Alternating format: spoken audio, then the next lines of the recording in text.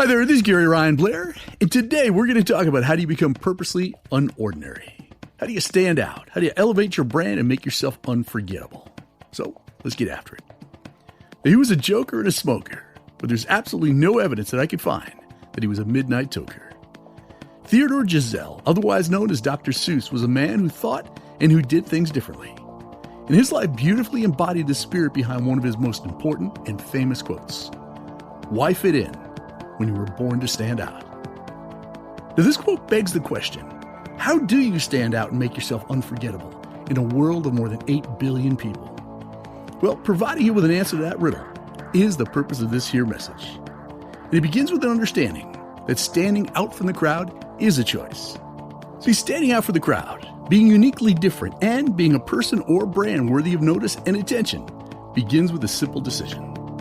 And if you want to break out of the mold of the average and be the uncola of your industry, the first thing you need to do is make a decision to be purposely unordinary.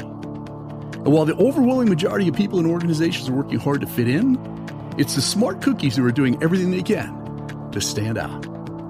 So the following are 8 strategies for standing out for the crowd, for being purposely unordinary, and for accelerating your overall win rate.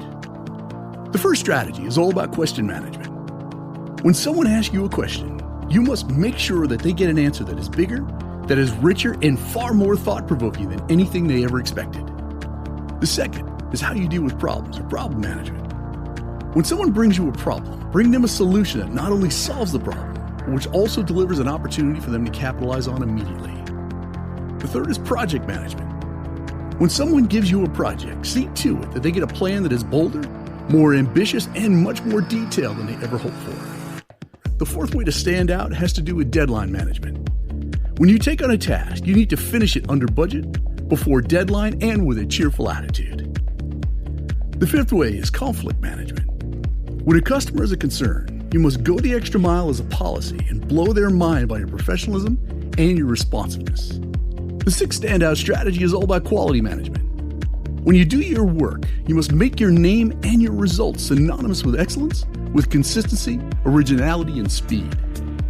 Strategy number 7 is all about meeting management.